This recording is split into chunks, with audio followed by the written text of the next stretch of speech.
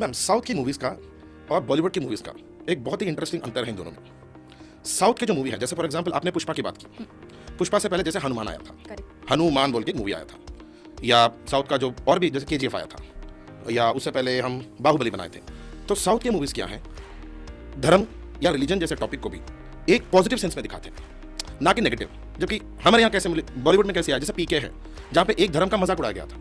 अतुल सुभाष के इशू में दो पहलू हैं जो सब भूल रहे हैं। नंबर एक, ये सिर्फ एक फैमिली डिस्प्यूट था। फैमिली डिस्प्यूट्स में कभी कभी कोई गलत नहीं होता, कभी एक गलत होता है, कभी दो गलत होते हैं, कभी दोनों भी सही होते हैं। धर्म के नाम पे जब भी हम झगड़ा करते हैं ना, कोई तीसरा उसका फायदा उठाता है। हिंदुस्तान के इतिहास में यही हमेशा हुआ है। बाबर खुद से नहीं आए थे, बाबर को बुलवाया गया। गौर, बाबर, ब्रिटिश, हर चीज में हमने उनको बुलवाया। We invited them, it was not their invitation. हमने अपना घर खुला छोड़ा था। हमारे लिए भगवान राम इंपॉर्टेंट है, जैसे मुसलमानों के लिए मक्का मस्जिद, मक्का मदीना है, हमारे लिए अयोध्या है, ठीक है। पर हमें उसको वहां रोक देना चाहिए। वामपंथी जो है, जिन्हें हम लेफ्ट कहते हैं या कम्युनिस्ट कहते हैं, ये हर चीज में गलत देखते हैं। तो ताजमहल ऐसी जगह है जो अगर यमुना ऊपर आ गया तो ताजमहल ऐसे बह जाएगा। Taj Mahal is a floating monument. अंदर तो शाहजहां मुमताज का जो कब्र जैसा दिखता है ना, वो एक्चुअली असली नहीं है, वो नकली है। तो ताजमहल ऐसी जगह है जो अगर यमुना ऊपर आ गया तो ताजमहल ऐसे बह जाएगा। Taj Mahal is a floating monument. अंदर तो शाहजहां मुमताज का जो कब्र जैसा दिखता है ना, वो एक्चुअली असली नहीं है, वो नकली है। स्वागत है आपका द चौपाल पॉडकास्ट में। मैं हूं आपके साथ नैन्सी, और आज हमारे स्टूडियो में जो गेस्ट आए हैं उनका नाम है रंगनाथन SVN कोंडाला। नमस्कार सर, कैसे हैं आप? नमस्कार मैम। सर, आपके बारे में मतलब कुछ बताइए, ताकि हमारे दर्शकों को पता चले आप एग्जैक्टली करते क्या हैं और किस चीज़ के लिए आज आप बात करने वाले हैं। मेरा नाम है रंगनाथन SVN कोंडाला। मैं पेशे से इतिहासकार हूँ, तो मैं हिस्ट्री पढ़ाता हूँ। बाजीराम और रवि दिल्ली में UPSC के छात्रों के लिए पढ़ाता हूँ। 13 साल से यही पढ़ा रहा हूँ। साथ ही साथ मैं पहले बिजनेस एनालिस्ट था। मैं फिल्म का एडिटिंग भी करता हूँ, मैं डिजिटल मार्केटिंग भी करता हूँ। बहुत सारे ऐसे अलग अलग चीज़ों पे मैंने सर्टिफिकेशन कर रखा है। मैं पढ़ाता हूँ, शौक़ से पढ़ाता हूँ, इसीलिए मैं टीचर हूँ। तो मैंने हिस्ट्री में पढ़ाई की थी, उससे पहले मैं थोड़ा टेक्निकल सर्विसेज में था, कंप्यूटर साइंस वगैरह में था, पर अभी मैं दिल्ली में ही हूँ, बाजीराम में इतिहास पढ़ाता हूँ। मैं ओरिजिनली हूँ साउथ इंडिया से, तो मेरा नाम है रंगनाथन, वो जो कि तमिल नाम है। तो मैं तमिल, तेलुगु, कन्नड़ा, मलयालम, हिंदी, इंग्लिश बात कर रहा हूँ, तो ग्रेट, अच्छी तरह बात कर सकता हूँ। ग्रेट। सो सबसे पहले जैसे आप साउथ से आते हैं, साउथ में मतलब मूवीज़ का बहुत क्रेज़ रहता है, ठीक है। साउथ की मूवीज़ अभी जस्ट आई है पुष्पा, ठीक है। तो ऐसा क्या वहाँ के लोग जो हैं मूवीज़ में ट्राई कर रहे हैं जो बॉलीवुड नहीं कर पा रहा है अभी? ओके हाँ मैम, साउथ की मूवीज़ का और बॉलीवुड की मूवीज़ का एक बहुत ही इंटरेस्टिंग अंतर है इन दोनों में। साउथ के जो मूवी है, जैसे फॉर एग्जांपल आपने पुष्पा की बात की, पुष्पा से पहले जैसे हनुमान आया था, करेक्ट, हनुमान बोल के एक मूवी आया था, या साउथ का जो और भी जैसे KGF आया था, या उससे पहले हम बाहुबली बनाए थे। तो साउथ के मूवीज़ क्या हैं, धर्म या रिलीजन जैसे टॉपिक को भी एक पॉजिटिव सेंस में दिखाते हैं, ना कि नेगेटिव। जबकि हमारे यहाँ कैसे बॉलीवुड में कैसे आया, जैसे पीके है, जहाँ पे एक धर्म का मजाक उड़ाया गया था, या किसी की भावनाओं का बिल्कुल मजाक उड़ाया जाता है। जैसे भगवान के खिलाफ मूवीज़ बनते हैं, थोड़ा वामपंथी टाइप मूवीज़ बनते हैं। मूवी एक एंटरटेनमेंट इंडस्ट्री है। हम आप या मैं, हम मूवी क्यों देखने जाते हैं? आनंद लेने के लिए जाते हैं। हमें रेगुलर दुनिया से बाहर निकलना है। वहाँ पे भी जाके अगर आपको नेगेटिव ही देखना है, भगवान के बारे में, धर्म के बारे में, या सोशल इश्यूज ही देखना है, झगड़ा देखना है, लोगों में एक जैसे जेलसी है, उस टाइप की चीज़ें ही देखना है, वो तो घर में भी मिलेगा, आम सोसाइटी में मिलता है। तो साउथ की मूवीज़ की इंडस्ट्री वालों ने ये समझ लिया कि, और हम मूवी लॉजिक के लिए नहीं देख रहे। साउथ के हम सबको पता है कि लॉरी में से आदमी उड़ नहीं सकता, और लॉरी को कोई भी उठा नहीं सकता, हमें पता है। पर हम तो देखने ही जा रहे हैं ना, हम वो देखने जा रहे हैं जो नहीं है, जो नहीं हो सकता। और बिल्कुल भी, या कोई भी धर्म हो, हिंदुइज्म हो, इस्लाम हो, क्रिश्चियनिटी हो, या किसी के भावनाओं को चोट नहीं पहुंचाते। साउथ के मूवीज़ में ये एक सिंगुलर रूल है, हम किसी के भी भावनाओं के साथ खेलना नहीं चाहते, क्योंकि हमें थिएटर में सभी चाहिए। हम आइडियोलॉजी मूवी में नहीं लाते। अगर सबको अगर हिंदुस्तान में हिंदू भगवान माने जाते हो, बिल्कुल। नंबर बड़ा है, तो गलत क्या है? जैसे वैसे ही इस्लाम के मूवीज़ हैं, और कोई मूवी है इफ़ इस्लाम इज़ देयर, हम पॉजिटिव दिखाते हैं, सूफिज्म दिखाते हैं, धर्म दिखाते हैं, तो पॉजिटिव ही दिखाते हैं। उसमें से हम गलत निकाल के फिर उसका एक कंट्रोवर्सी करने का वो ज़माना जा चुका है। आज वो ज़माना नहीं रहा। अगर आप कुछ उल्टा सीधा दिखाएंगे तो लोग उल्टा जल्दी पकड़ते हैं। तो ये चीज़ साउथ और नॉर्थ के मूवीज़ में बहुत इंपॉर्टेंट है। अभी क्या मतलब हम लोग देखते हैं अभी इस टाइम पे कि बॉलीवुड में कुछ धर्म की चीज़ों को लेकर मूवीज ज़्यादा ही बनने लगी हैं। ठीक है, ये पॉइंट है। क्या इसमें पॉलिटिकल एंगल ऐड है कुछ? पूरी तरह पॉलिटिकल एंगल है। साउथ में भी साउथ में भी देखिए धर्म की मूवीज़ है पूरी। अब वो बाहुबली हो या पुष्पा में भी धर्म दिखाते हैं, किसी में भी साउथ में भी दिखाते हैं। पर बॉलीवुड की जो मूवीज़ बन रही है ना, उसमें धर्म को एक नेगेटिव चीज़ की तरह दिखाते हैं। वामपंथी, जिसे हम कम्युनिज्म कहते हैं, उस आधार पे मूवीज़ बन रही हैं। लिबरलिज्म ठीक है, हिंदुस्तान में लिबरलिज्म चाहिए, पर हम वेस्टर्न एथेइस्ट नहीं है। हम इस देश में भगवान, धर्म, जाति के बिना ये देश नहीं है। पूरी तरह सबको अगर धर्म ही छोड़ देना तो वो नहीं होगा। साउथ में कंटिन्यूसली वो चल रहा है, और एक ही कहानी को रिपीट करते हैं, और हर मूवी में एक आइडियोलॉजी के साथ आता है। साउथ के तो आइडियोलॉजी में आती ही नहीं। हमें क्या फ़र्क पड़ता है? हमें पता है पुष्पा देखिए मूवी, 2 मूवीज़ आई, आइडियोलॉजी नहीं है उसमें। करेक्ट, सीधी बात है। ये चीज़ है।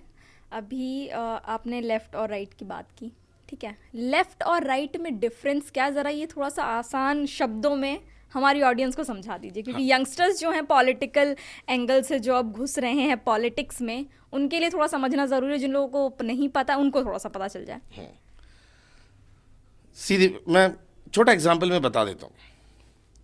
वामपंथी जो हैं, जिन्हें हम लेफ्ट कहते हैं या कम्युनिस्ट कहते हैं, ये हर चीज़ में गलत देखते हैं। इनको हर चीज़ में गलत ही दिखता है। इनको लगता है, जैसे एक एग्जाम्पल है, हमारे देश में अभी अदानी है, अंबानी है, हमारे हैं, हिंदुस्तानी है, बड़े बड़े कंपनी लगवाए इन लोगों ने, दुनिया भर में बिजनेस कर रहे हैं। इन लोगों, ये वामपंथी आइडियोलॉजी क्या कहता है कि इनको गुस्सा करो या इनके बारे में बदनामी करो, इनको बदनाम करो। यार हम क्यों करते हैं? आपने कितनी बार अमेरिका में इलॉन मस्क या अमेरिका के बड़े बड़े बिजनेसमैन की बदनामी हो देखी अमेरिकन से? आप कभी ऐसे अलीबाबा के जैक मा के भी नहीं देखते चाइना में। वामपंथी हमसे ही हमारे अमीरों के बारे में बुरा भला कहवाना चाहते हैं। तो इससे क्या होता है, we start hating our own. ये होता है वामपंथी, क्योंकि अकॉर्डिंग टू अ कम्युनिस्ट हर अमीर आदमी बुरा आदमी है। अब वो अच्छी तरह कमाए या बुरी तरह कमाए, अगर पैसा है तो पैसा है तो वो गंदा है, वो बुरा आदमी है, वो सिर्फ बुरा आदमी है। इस आइडियोलॉजी की वजह से क्या हो रहा है, तो हिंदुस्तान में जो अब इसीलिए क्या होता है, जो भी अमीर बनता है यहाँ पे सबसे पहले देश से निकलने की कोशिश करता है, बाहर चले जाता है। इससे देश का ही नुकसान है। ये वामपंथी मॉडल है। अब दूसरा आता है राइट विंग, जो राष्ट्रवादी मॉडल। ये हर चीज में राष्ट्रवाद को देखते हैं। जैसे मैं हूं, जैसे मेरा राष्ट्रवाद 52 सेकेंड्स, अगर मैं जनगण मन के लिए खड़ा हो गया तो मैं राष्ट्रवादी, अगर मैं खड़ा नहीं हुआ तो मैं राष्ट्र के खिलाफ हूं। ये दूसरा एंगल है। तो ये भी फिर गलत है, क्योंकि मैं और मेरे देश का रिश्ता वो मेरा अपना है। मैं मेरे देश को कैसे, मेरे लिए देश शायद ज्योग्राफी ना हो, मेरे लिए अपने लोग ही मेरे देश हैं, मेरे लिए मेरा धर्म ही मेरा देश ना हो, मेरे लिए मेरा जाति ही मेरा देश ना हो। ज़रूरी नहीं कि सबका यही हो, पर नेशनलिज्म में या राष्ट्रवाद में ये कुछ ज़्यादा हो जाता है। एक्सट्रीम राष्ट्रवाद, ये हर चीज़ में या तो सही गलती देखते हैं, हर कहानी में ये हीरो विलन, सही गलत, भला बुरा, भगवान शैतान, ऐसा देखते हैं। ये भी एक तरीके से गलत है, क्योंकि फिर वो डिवीजन क्रिएट करता है।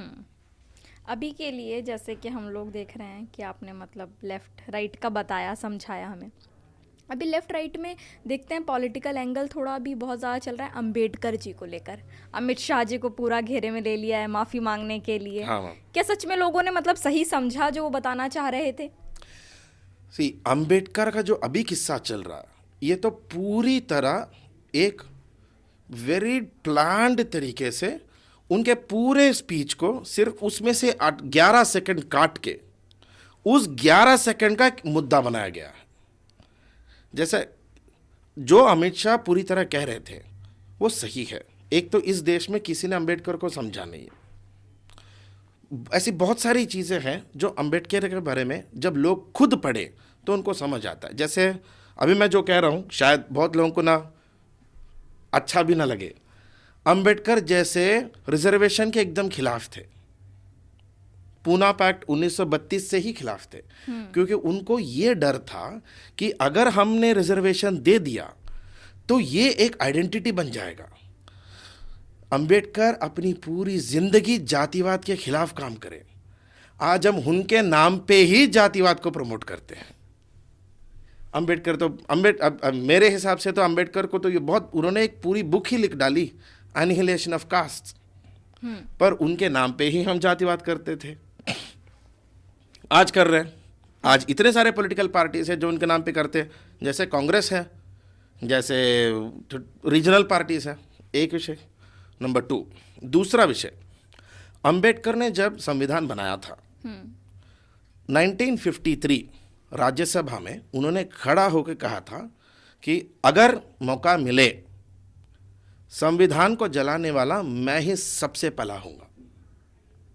क्योंकि फिर स्पीकर ने पूछा ऐसा क्यों भाई, तो उन्होंने साफ साफ कहा देखिए मुझे बुला गया था ये काम करो तो मैंने किया, मैं भी खुश नहीं हूं इससे, क्योंकि उनको खुद संविधान पसंद नहीं था जो बना था, क्योंकि पूरा डिसीजन उनका तो नहीं था, तो मेजॉरिटी बेसिस पे था। वो तो हमेशा ही माइनॉरिटी में थे। आई मीन इवन व्हेन संविधान पर डिस्कशन हो रहा था, पर अंबेडकर एक्सेप्ट किए थे।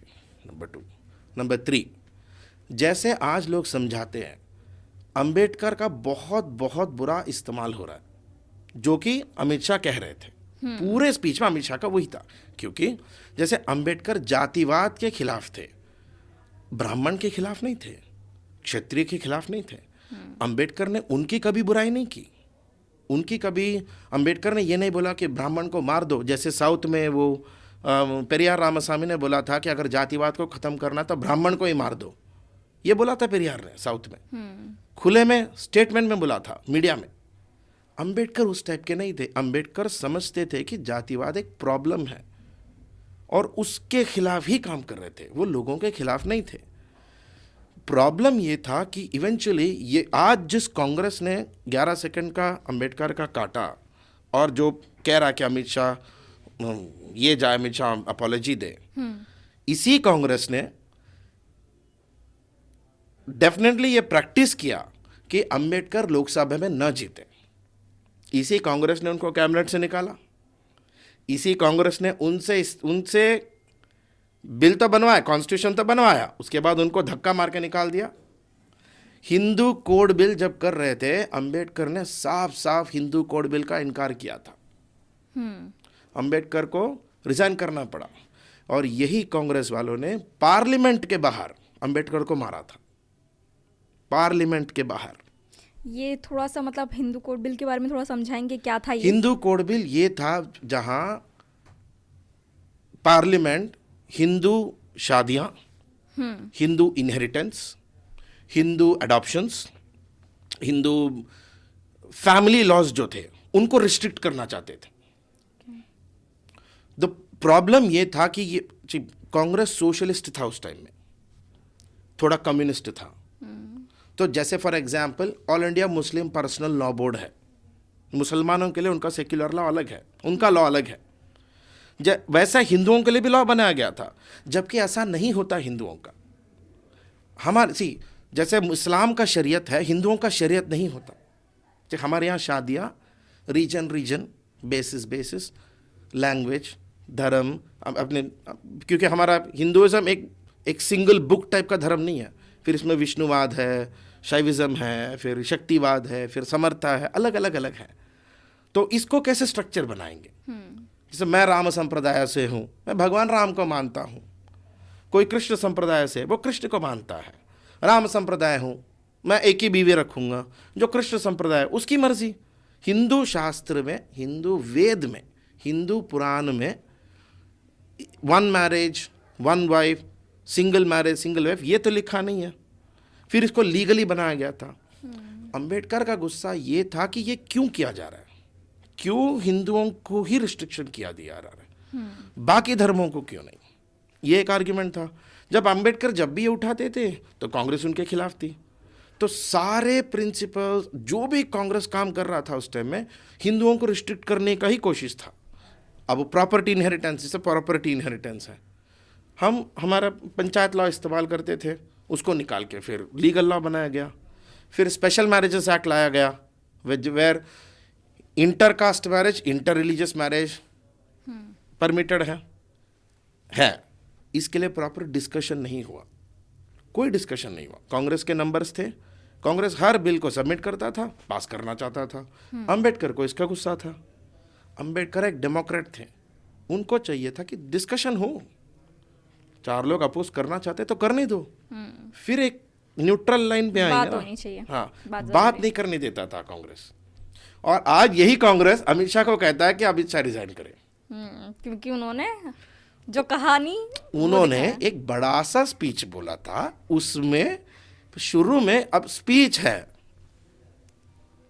पार्लियामेंट के अंदर है, तो बात कर रहे तो बस उन्होंने कह दिया अंबेडकर अंबेडकर अंबेडकर अंबेडकर। इतने बार अंबेडकर को अगर भगवान की भी नाम ले लेते बोल के कुछ बोल दिया था। वो एक स्पीच था, उसका एक इंट्रोडक्शन था। इंट्रोडक्शन का काट के इसका इस्तेमाल करके सारा मुद्दा साफ है। पार्लियामेंट में काम कांग्रेस करवाना नहीं चाहता है, तो कोई भी चीज़ का मुद्दा बनाना है और उस मुद्दे को उठा के पूरा एक तो विंटर सेशन है, हमारे डेट्स ही कम होते हैं, तो जानबूझ के सरकार को इतना टॉर्चर करो कि पार्लियामेंट में कोई बिल पास ही ना हो। फिर यही कांग्रेस पार्लियामेंट के बाद बोलेगी इन्होंने कोई भी काम नहीं किया।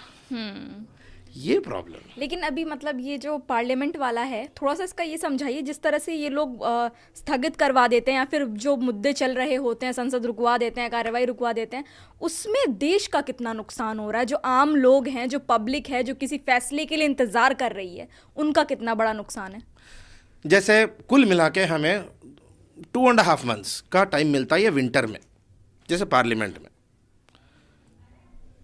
ये इतना, जैसे अभी जो अंबेडकर का चल रहा है, ये तो मुद्दा ही नहीं है।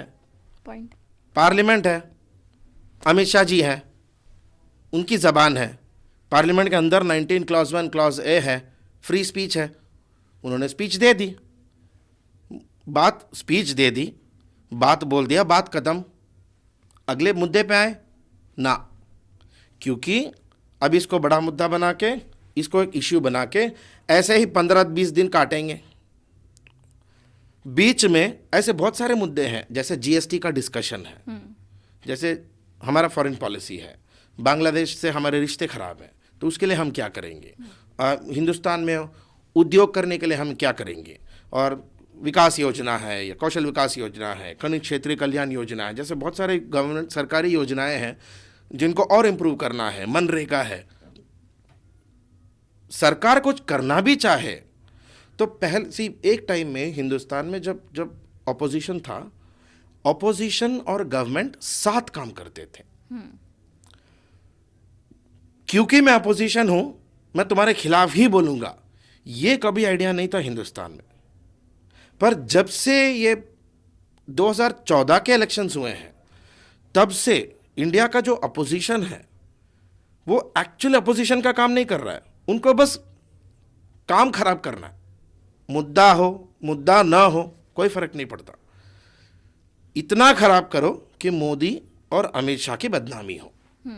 और आम आदमी ये नहीं समझता, अंत में आम आदमी क्या समझता है, सरकार काम नहीं कर रही है, तो अंत में ब्लेम किसके पड़ता है, सरकार पे पड़ता है। जबकि सरकार अगर करना भी चाहे, अगर आप कंटिन्यूसली पार्लियामेंट को स्थगित करने में ही लटके हुए हैं, तो काम कहाँ से करेगी सरकार। और खर्चा रोज के करोड़ों का खर्चा ही है। पार्लियामेंट चलाना छोटी बात नहीं है। इतने सारे एमपी एमएलए आते हैं, एमपी सब अपने अपने राज्य से दिल्ली आते हैं, उनका रहन सहन, उनका सिक्योरिटी, फिर उनको लाने का काम, जाने का काम, दिन का करंट बिल, दिन का खाने का खर्चा, पूरा एक बहुत बड़ा खर्चा होता है जो बिल्कुल वेस्ट जा रहा है।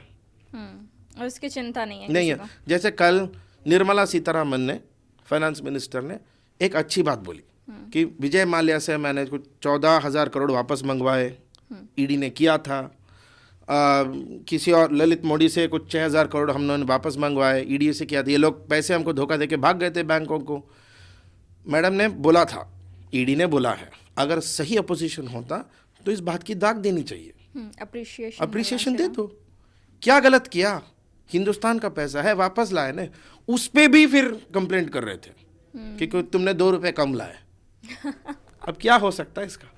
नहीं, कुछ भी नहीं हो सकता। कुल मिलाकर मतलब बात इतनी समझनी चाहिए कि इन लोगों को अभी मतलब बहुत टाइम है ये समझने में कि आपको मतभेद रखना चाहिए, मनभेद नहीं। और मनभेद के चक्कर में आप पूरे हिंदुस्तान को पीस रहे हैं। आम जनता पिस रही है। बात भी है कि जो सड़क पर रहते हैं ना, उसको कोई काम नहीं रहता, सिर्फ झगड़ा करना। उसको कुछ नहीं तो किसी भी बात पे झगड़ा करना, ये हो गया अभी मुद्दे इतने चल रहे हैं देश में। इसी के बीच में एक मुद्दा अभी चला है, अतुल सुभाष वाला। अतुल सुभाष का मुद्दा बहुत ज़्यादा इस टाइम पे, जो एक मर्द समाज है वो एक अलग परसेप्शन बना चुका है, ठीक है। जो औरतें हैं वो कुछ और बोल रही हैं। आपकी समझ से क्या है मुद्दा और इसका सल्यूशन क्या होना चाहिए था जो नहीं हुआ टाइम से? अतुल सुभाष के इश्यू में 2 पहलू हैं जो सब भूल रहे हैं। नंबर 1, ये सिर्फ एक फैमिली डिस्प्यूट था।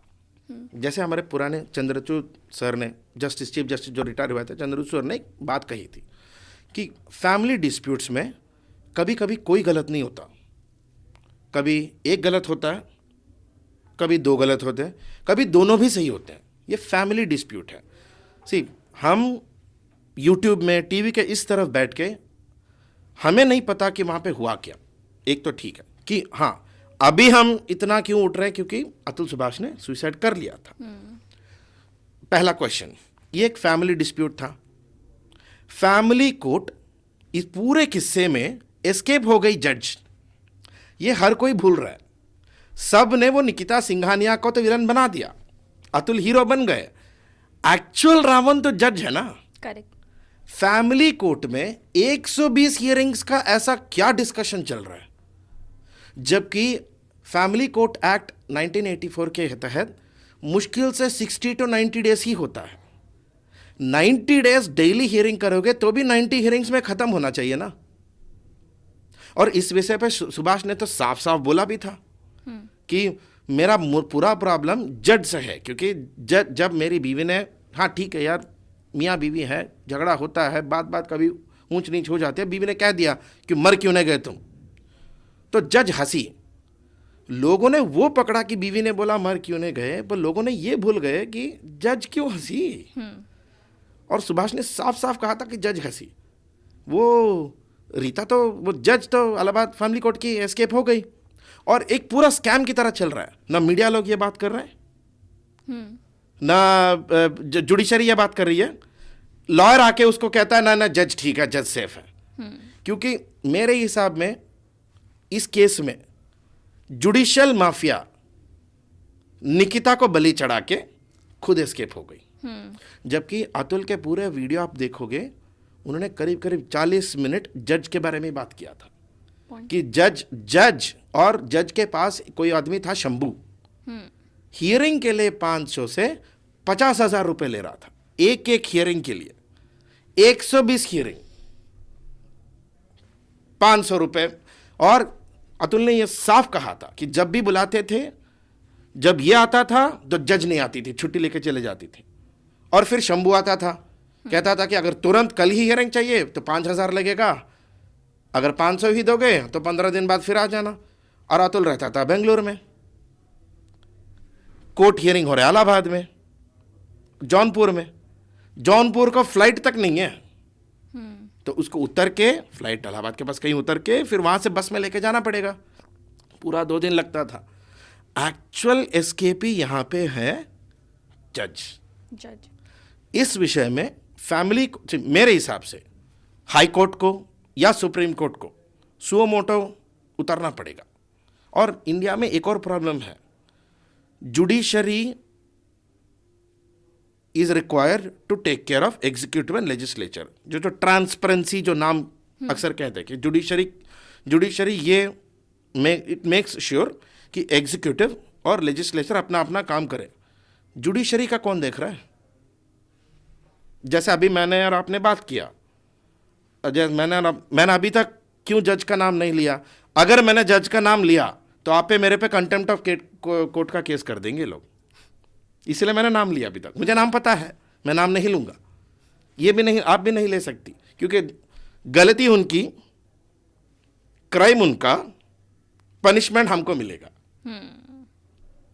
इनके बारे में बात भी नहीं कर सकते। इन्होंने अपने आप को एक माफिया बना रखा है, पूरा जुडिशरी ने, एक जैसे गुंडा माफिया, कि हम ही सरकार हैं, हम ही सब कुछ है, हमने कह दिया तो हम भगवान हैं। सरकार को तो इन लोगों ने लग रहा है साइड कर दिया। हाँ, इसीलिए तो ये कोलिजियम में भी सरकार को आने नहीं देते।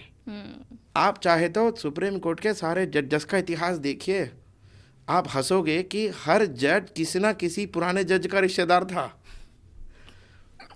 हर जज का हर जगह। या तो कोई किसी का दोस्त का बेटा था, या तो कोई किसी के चाचे का भांजा था।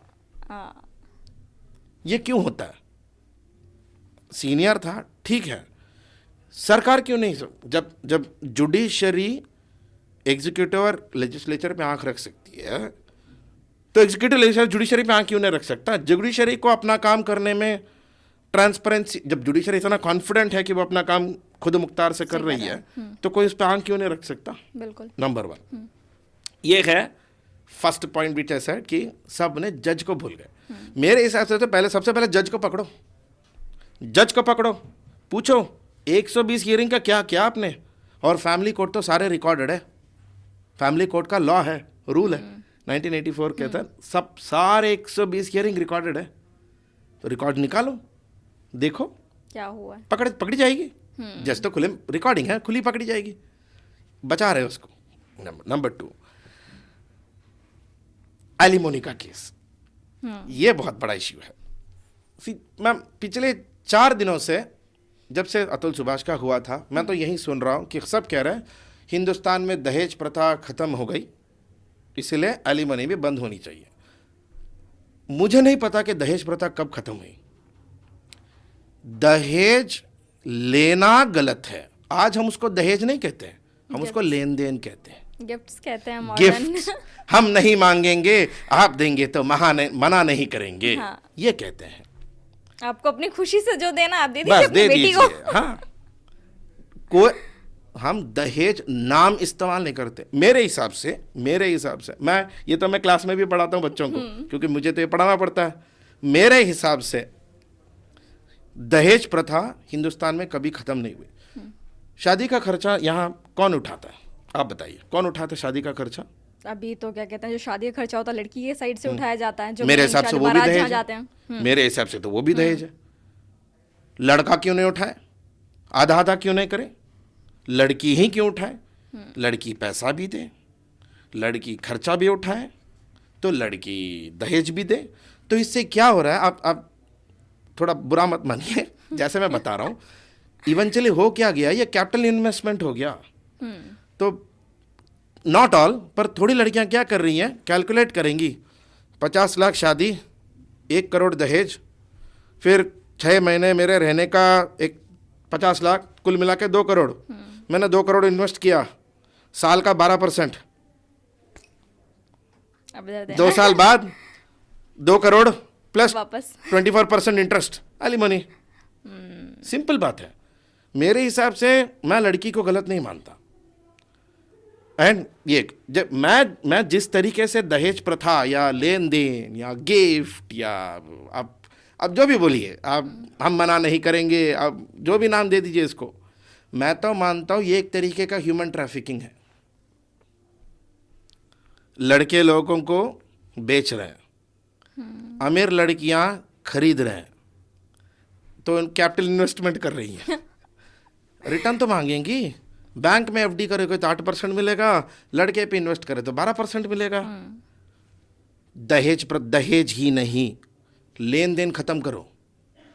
शादी का जो ये नौटंकी बना रखा है कि बड़े बड़े शादी करना है, इतना खर्चा करना, ये बंद करो। और हमारे हिंदू शास्त्र में ही है मैम, ये तो मैं मॉडर्निस्ट यूरोपियन की तरह नहीं बात कर रहा हूँ। हिंदू शास्त्र में प्रजापति विवाह है। हमारे 8 तरीके के शादियां हैं जो कि हमारे वेद में है, हमारे अपने वेद में है। 8 तरीके के शादियां हैं, ब्रह्म विवाह, अर्ष विवाह, प्रजापति विवाह। इसमें प्रजापात्य है जहां लड़की और लड़का इक्वली अपना अपना खर्चा उठाते हैं शादी का। न कोई दहेज देता है, न कोई दहेज लेता है, न स्त्रीधन देते हैं, न स्त्रीधन लेते हैं। और अगर स्त्रीधन दिया तो भी, अगर पापा ने दिया तो भी, हमारा पुराण और हमारा शास्त्र कहता है स्त्रीधन लड़की का ही है, लड़का नहीं ले सकता उसको। अगर लड़की गुजर गई तो पापा को वापस चले जाता है, या लड़की की बेटी को जाता है। नहीं, हम एक सिस्टम का बुरा इस्तेमाल हमने किया, अब हम भुगत रहे हैं। और इसमें पिस रहा है लड़का। अब क्या हुआ इवेंचुअली, इसको देन इन लोगों ने फेमिनिज्म से ज्वाइन कर दिया। और देन थोड़े रेडिकल फेमिनिस्ट भी है जिनको हिंदुस्तान में सारे मर्दों को मार के गर्ल्स हॉस्टल बनाना है हिंदुस्तान को। तो इन लोगों को लगता है कि फेमिनिज्म का मतलब है मर्द के बिना वाला सोसाइटी। वो भी नहीं कर सकते। Equality is not ending one part two create one part. एक को खत्म करके दूसरे को नहीं बढ़ाना है, हमें दोनों को इक्वल लाना है, बराबर पे लाना है। और इसके लिए मेरे हिसाब से ये सरकार कुछ नहीं कर पाएगी इसमें, ये सोसाइटी का प्रॉब्लम है। आज के जनरेशन को ये सोचना पड़ेगा, यार मैं क्यों बिक रहा हूं। हाँ, मम्मी ने कह दिया तो मम्मी से झगड़ा करो, बोल दो मम्मी को, मम्मी मैं सेल के लिए नहीं हूं। लड़के लोग स्पेशल, आप लोग बोल दो mummy I am not for sale, मैं बिकना नहीं चाहता। और जो लड़की दहेज या पैसे दे के लड़के को खरीदेगी, वो लड़की उस लड़के की मर्यादा नहीं कर पाएगी, क्योंकि उसने प्रोडक्ट खरीदा, वो उसका जो चाहे करे, फेंके, उसने खरीदा। दहेज प्रथा officially, dowry harassment act is there, dowry practice is still there in India. ये खत्म, ये और इसमें दिलचस्प बात है, सारे ये कहीं नहीं बदलता। आप कश्मीर से लेकर कन्याकुमारी तक जाइए, प्रथा सेम है। हिंदी में हम लेन देन कहते हैं, तेलुगु में लांचनालू कहते हैं। अच्छा। ओके। या तमिल में मोरई कहते हैं।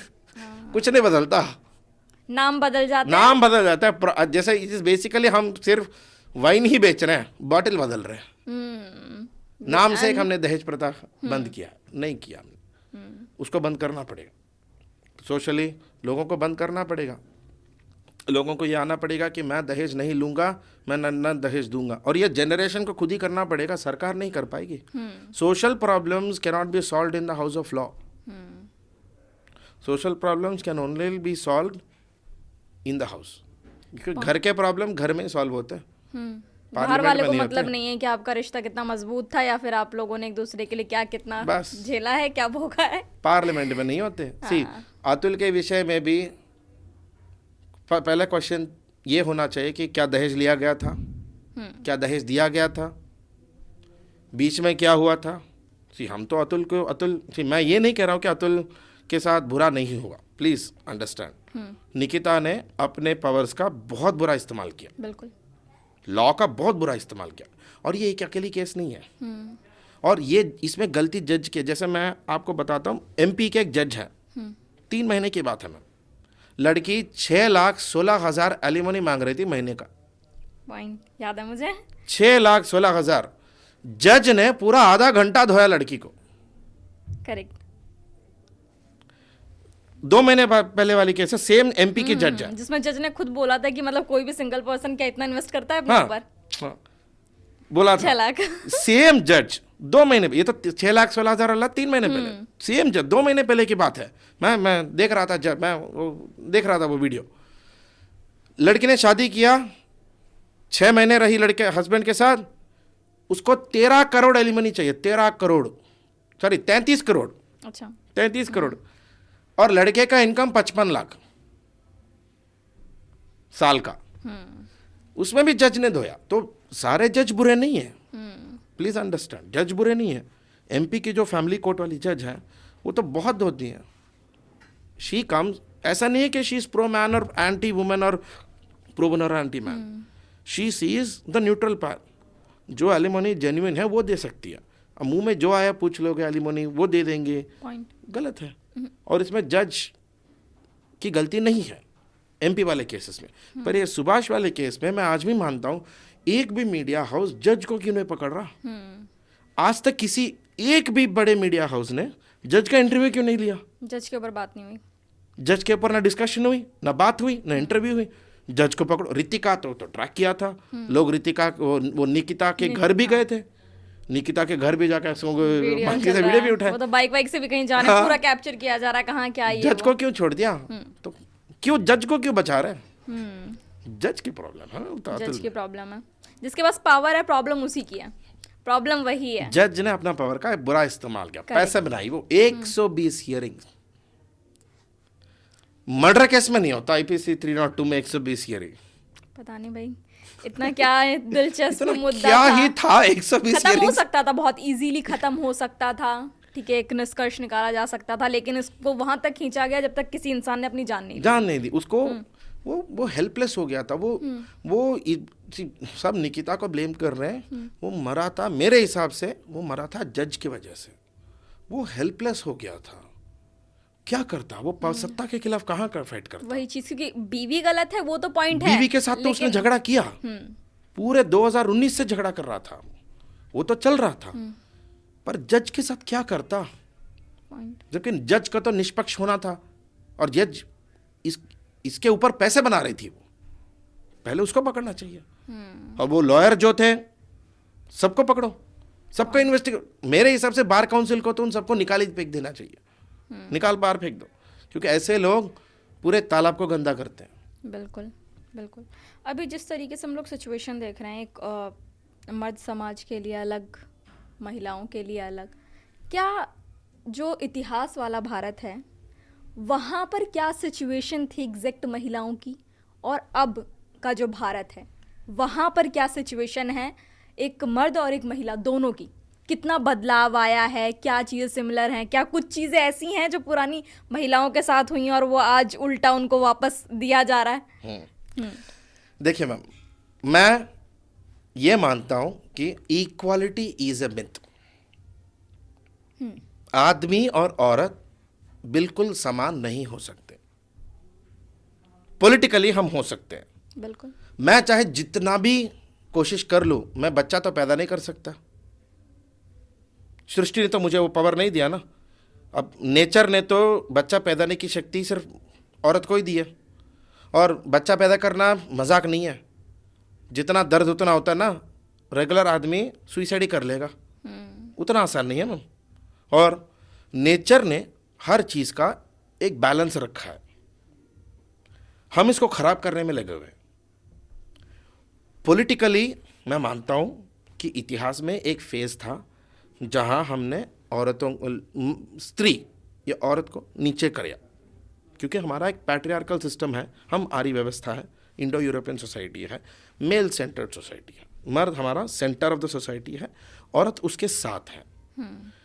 वेद में, ऋग्वेद में श्लोक भी है जहां ये कहते हैं कि कोई भी ऐसी पूजा या यज्ञ स्त्री के बिना अधूरा है। तो हम उतना इंपॉर्टेंस देते थे, हम वुमेन वर वेरी इंपॉर्टेंट। तो जैसे जैसे समय गया, बाहर से इंडो ग्रीक आए, ये यवन जिन्हें कहते हैं, Shaka, Indo Greek, Bactrian, so China वगैरह से, सेंट्रल एशिया से आए थे। जब अब ये लोग था काफ़ी रेडिकल थे, फिर उसके बाद तुर्की आए, फिर फारसी आए। इनके सोसाइटीज़ में वुमेन के साथ बहुत भेदभाव होता है। अब उनका कल्चर है, उनका ट्राइबल कल्चर है। तो धीरे धीरे जब ये लोग यहाँ आए तो हमने भी वो स्टार्ट किया था थोड़ी देर। तो एक टाइम ऐसा आया था जब हम पूरी तरह एक्सट्रीम हो गए थे। तो जैसे वुमेन बिकेम प्रॉपर्टी, हमने इनको एक ख़त्म ही कर दिया था। फिर हम रियलाइज़ करें तो हमारे राजा राम मोहन रॉय या ईश्वर चंद्र विद्यासागर, उन्होंने आइडेंटिफाई किया कि ये गलत है। जैसे सती प्रथा है, ये गलत है, शास्त्र में नहीं है, तो ख़त्म कर दिया हमने भी माना ना। तो हमारे उस टाइम के लोग भी हमने मान लिया कि हमने, और ये कोई मैजिकली अंग्रेज पढ़ के नहीं आए थे। ये लोग ये पूछ रहे थे कि हाँ सती करते हैं, पर शास्त्र बताओ किस में है, कौन से पुराण में सती प्रथा किस में है, नहीं बता पाए। तो इसलिए हमने बंद कर दिया। वुमेन रीमैरिज, विडो रीमैरिज, ये ऋग्वेद में है, ऋग्वेद करते थे। तो नियोगा शादी कहते थे इसको, जैसे पति अगर गुजर गए तो पति के भाई के साथ शादी करने की एक परमिशन थी वेद में, ऋग्वेद में। उसके बाद हमने धीरे धीरे वो प्रैक्टिस बंद कर दिया क्योंकि हम फिर वो सोसाइटल इश्यूज था। पर विडो कुड रीमैरी, ये परमिशन तो था, इसीलिए हमने वो भी अप्रूव कर दिया। तो जैसे जैसे हमने आइडेंटिफाई किया कि कुछ गलतियां हैं तो हमने उनको सुधारने की कोशिश की। पर जैसा टाइम गया, अनफॉर्चुनेटली ये जो सेकेंड वर्ल्ड वॉर पीरियड वो टाइम है जिसको हम कहते हैं post modern period, feminism started converting into what I call feminazism. We wanted women empowerment but not at the cost of men disempowerment. अभी हम क्या कर रहे हैं, जैसे फॉर एग्जाम्पल दिल्ली है, हमारा तेलंगाना है, कर्नाटका है, वुमेन ट्रेन में बस में फ्री जा सकते हैं। ये कहाँ का इक्वालिटी हुआ? इक्वालिटी तब होता, मैं तो अभी कहता दिल्ली सरकार को, हम सब मर्दों को उड़ना सिखा दो, तो हम उड़ते हैं और लड़की लोग बस में फ्री जाते हैं। क्यों बस में हमारा नहीं होता क्या? कि डीजल, क्या लड़कियां चढ़ते तो डीजल का खर्चा नहीं हो रहा बस में? ये कहाँ का इक्वालिटी हुआ? किस आधार पे इक्वालिटी हुआ? ये आई मीन ये पॉलिटिकल है, सोशल है, इकोनॉमिक है, किस आधार पे? इससे होता, और इस बात में जाने से क्या हो रहा है, not all but main frustrate हो रहे हैं, जेलस भी हो रहे हैं, जेलस, खुंडस, फ्रस्ट्रेशन आ रहा है। और इसका रिएक्शन मर्द किस पे दिखाएगा? औरत पे ही दिखाएगा, अपने घर में जो औरतें हैं उन पे घर में दिखाएगा। जैसे मैं पुराने घाव को नहीं छिड़ाना चाहता, पर निर्भया का जो केस हुआ था वो एक टाइप का फ्रस्ट्रेशन ही था। जो राम सिंह वगैरह जिन्होंने जो निर्भया केस किया था, वो उसको खुंडस था, ही हेटेड द वुमेन। उसका इंटरव्यू सुनिए कभी, ही हेटेड मॉडर्न फ्री वुमेन से, उसको खुंडस था, उसको जेलसी थी, इसलिए उस बच्ची को उसने उतना टॉर्चर किया था। ज्यादातर रेप केसेस में वही होता है, सैडिज्म नहीं है वो एक अपना अंदर का जो छुपा हुआ, वो जो उसको लगता है कि उसके साथ डिस्क्रिमिनेशन, एक टाइम में वो सत्ता में था, उसको खत्म कर दिया, सोसाइटी से भी खत्म कर दिया। अब वो कहाँ दिखाएगा? औरत पे दिखा रहा है, and it makes no sense. आप इससे जिस तरीके का हम वुमेन एम्पावरमेंट ट्रैक्शन लेना चाह रहे हैं, अभी नए सरकार ने 2100 रुपये सारे वुमेन को दे देंगे बोल के कोई ऑफर दिया था, अभी जो इलेक्शन आने वाले दिल्ली में। क्यों? पैसा सिर्फ वुमेन का हो सकता है, मैन का नहीं हो सकता। काम मैन भी करते हैं ना, हम भी टैक्स भरते हैं, हम तो और करते हैं, टैक्स करते हैं। सुबह से लेकर शाम, घर में आपके पापा लोग सुबह से लेकर शाम तक नहीं जाते, 9 बजे गए तो रात को 5 बजे 8 बजे तो आते हैं। तो इम्पॉर्टेंट है ना इक्वालिटी। इसीलिए मैं कहता हूँ इक्वालिटी का मतलब ये नहीं कि हम एक को नीचा करके दूसरे को ऊपर करेंगे। उससे क्या होगा, जो नीचे गया ना, एक टाइम आएगा when he will try to come back. अभी एग्जैक्टली वही हुआ है, और कम बैक के लिए चीजें गलत होंगी। अब एग्जैक्टली क्या हो रहा है? अतुल सुभाष की वजह से अब नया मूवमेंट स्टार्ट हुआ, मैनिज्म। अब मैनिज्म में विलन कौन है? बीवी, वुमेन में भी बीवी। तो इससे पूरा फैमिली सिस्टम डिस्टर्ब हो रहा है पूरा। क्योंकि वुमेनिज्म क्यों हुआ? क्योंकि 498 बुरा इस्तेमाल हो रहा था, जुडिशरी उसको परमिशन दे रहा था। सुप्रीम कोर्ट ने अब तक तो 6-7 बार बोल दिया कि 498 ये बहुत बुरा, गलत इस्तेमाल हो रहा है, पर किसी ने इस पे काम ही नहीं किया ना। अब क्या होगा, मैन धीरे धीरे एंटी वुमेन बन रहा है। इससे सोशल डिस्टर्बेंस होगा। सच तो ये है कि इस देश, इस सोसाइटी को चलाना है तो मेन भी चाहिए, वुमेन भी चाहिए। हम ना सिर्फ मेन सोसाइटी बना सकते हैं, ना सिर्फ वुमेन सोसाइटी बना सकते, बिल्कुल। दोनों ही चाहिए और दोनों साथ साथ चाहिए। और ये दोनों एब्सोल्यूट इक्वल नहीं हो सकते। आप इमोशनली जितना भी बोलिए, माँ माँ है, बाप बाप है। बाप माँ नहीं बन सकता, माँ बाप नहीं बन सकती। ओके। अगर किसी की आपकी बेटी हो तो आप उन बेटियों के से बात, एक उम्र आने के बाद बेटी बाप के साथ उतना नहीं बात कर सकती जितना अपने माँ से बात कर सकती है। मैं ये नहीं कह सकता मैं हम दोनों, मैं पापा और मम्मा इक्वल हैं तो हम दोनों से इक्वल ही बात करो। नहीं हो सकता वैसा। वो होता है जैसे लड़के हैं, ऐसी कुछ चीज़ें हैं वो सिर्फ अपने बाप से ही बोलेगा, माँ से थोड़ी ना बोलेगा मम्मा मैं बाहर गया था, शराब पिया था, जूते पड़ेंगे। पापा से बात कर पाएगा, मम्मा से बात नहीं कर पाएगा, बहन से बात नहीं कर पाएगा।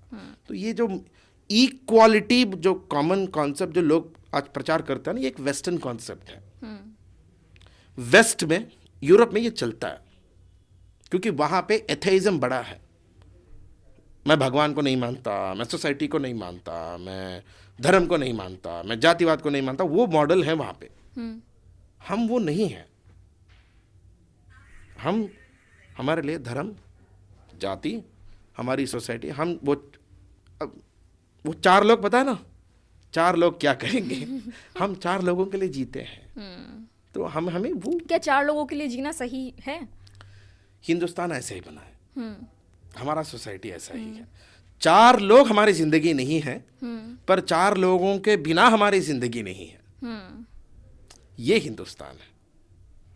लेकिन जैसे कि 4 लोगों के बिना ज़िंदगी नहीं है, लेकिन क्या सही तरीका ये है अपनी लाइफ को जीने का?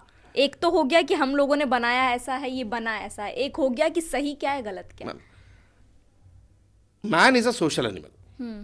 Man is a social animal. आप जितना भी चाहें अकेले नहीं रह सकते। 2 दिन बाद किसी से तो बात करना ही पड़ेगा। तो मैं ये पर्सनली मैं ये मानता हूं कि जिंदगी में हर चीज 4 लोगों के लिए नहीं करना है, पर कभी कभी सोसाइटी की एक मर्यादा की सीमा है। जैसा मैं हूं, मैं इंडिपेंडेंट बनना चाहता हूं। जस्ट बिकॉज मैं इंडिपेंडेंट बनना चाहता हूं, मैं अपने कपड़े उतार के रोड पे नहीं भाग सकता। बिल्कुल। उससे दूसरों को डिस्टर्बेंस है। मुझे ये भी सोचना कि वो 4 लोगों को भी क्या करता है। तो ऐसे इस टाइप के लिबरलिज्म में हमें नहीं जाना है। हिंदुस्तान कभी भी ऐसा नहीं था, कभी भी। आई मीन एंशंट में भी, मिडिवल में भी, मॉडर्न में भी हम कभी ऐसे नहीं थे। जो अभी आदमी अपनी फ्रस्ट्रेशन उतार रहा है औरतों पर किसी और चीज़ के ज़रिए, मैंने देखा है अपने ग्रुप में, मैंने कई बार लोगों को देखा है कि लाइक अगर फीमेल जो स्टाफ्स हैं, अगर उनको थोड़ा सा जल्दी छुट्टी मिल जा रही है तो उनके दिमाग में वो चीज़ बैठ गई है कि वो 5 बजे निकल गई और मुझे रात के 12 बजे तक रुकना पड़ा। ठीक है, उसके साथ साथ कुछ चीज़ें और भी हैं। प्रमोशंस को लेकर बहुत सारी चीज़ें चलती हैं, ठीक है, चाहे सरकारी में हो चाहे प्राइवेट में हो, कि उसको इतना प्रमोशन मिल गया। ठीक है, ये वाली चीज़ें भी आती हैं। तो इस चीज़ के पीछे क्या है, क्या लॉजिक है, क्या आदमी लोग सोच रहे हैं, किस तरह का? कोई आदमी को ये समझाता ही नहीं कि आपको इसको, और छोटे एग्जाम्पल में बताता हूँ मैं। कोलगेट का तो टूथपेस्ट का ऐड है। तमन्ना भाटिया वो विंडो से कूद के कहते कि आपके टूथपेस्ट पे नमक है। अगर इसी में शाहरुख खान कूदे तो कोई नहीं देखेगा। तमन्ना चाहिए। आई मीन बुरा मत मानिए, पर सुंदरता भी एक चीज है। और कुछ विषय पे वो स्त्री ही कर सकती है। Beauty is a reality. Attractiveness, camera angle, that's a reality. तो कुछ I need a woman only, sometimes I need a woman only to promote a product. मैं वैसे ही कर सकता हूँ। मैं मर्द को हर बार हर चीज़ के लिए मैं मर्द को ही नहीं ला सकता। मुझे सुंदर लड़की ही चाहिए। इसमें बुरा मत मानिए, मुझे सुंदर लड़की ही चाहिए। सुंदर लड़की की परिभाषा क्या है? सुंदर लड़की मतलब चेहरा थोड़ा दिखने लायक हो। मैं गोरा सफेद की बात नहीं कर रहा हूँ। चेहरा दिखने लायक हो, साफ बाल हो, बात करने के लायक हो, ऐसा नहीं कि जब हम सुबह बेड से उठते हैं ना, वो वाला नहीं चाहिए। तो मतलब रहन सहन का रहन सहन तरीका का बोल तरीका सकते हैं उसको। उस टाइप में चाहिए, मुझे चाहिए, क्योंकि मेरे फ्रंट ऑफिस में मैं रिसेप्शनिस्ट लगाता हूँ, तो first impression is the best impression. मेरा क्लाइंट आता है, वो देखता है, इसमें everything you can't do it on that way. जैसे कभी कभी लड़कियों को जल्दी क्यों छोड़ देते हैं, क्योंकि शायद उनकी कोई रिक्वायरमेंट हो, कभी वो शायद नीड हो, लड़कियों को और रिस्पॉन्सिबिलिटीज भी होती हैं घर में, या लेट हो गया तो उनको बस या ट्रेन या कुछ नहीं मिलता हो, या यहाँ से तो निकल जाएंगी पर दूर जाना है वहाँ पर नहीं मिलता हो, तो एडमिनिस्ट्रेशन मैनेजमेंट वो समझता है, तो इसलिए देता है। तो इसको नेगेटिव डिस्क्रिमिनेशन की एंगल से नहीं देखना चाहिए, इसको नेगेटिव एंगल से, नेगेटिव डिस्क्रिमिनेशन, कुछ चीज़ें हैं जो मैं तभी पहले वही कर रहा था, इक्वालिटी में इसलिए मित मानता हूँ क्योंकि कुछ चीज़ें हैं जो हम मर्द नहीं कर सकते, कुछ चीज़ें हैं जो औरत नहीं कर सकती। जिस दिन हमने ये एक्सेप्ट कर लिया, सब सही है, तब तक हमारा ये जंग चलता रहेगा कि मैं सही तो तुम गलत, या तुम सही तो मैं गलत, ये चलता रहेगा। इसको समझ लेना चाहिए, जितनी जल्दी समझ लेंगे जितना जल्दी उतना समझ सही ले है। वही उतना जल्दी बेटर है। लेकिन जब एक आदमी एक सुंदर औरत की डिमांड करता है, ठीक है, तो उसके पास क्या चीज़ें ऐसी हैं या फिर क्या चीज़ें अपने में ऐसी देखनी चाहिए अगर वो डिमांड कर रहा है तो?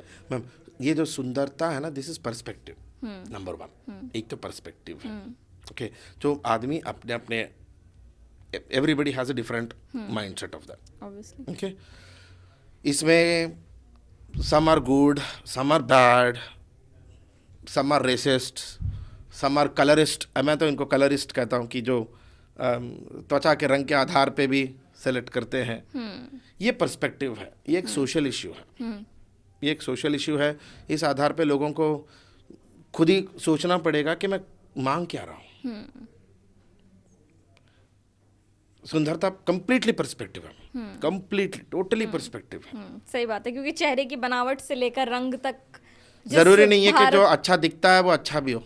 हाँ, करेक्ट, इंटरनली वो अच्छा इंसान हो, ठीक है।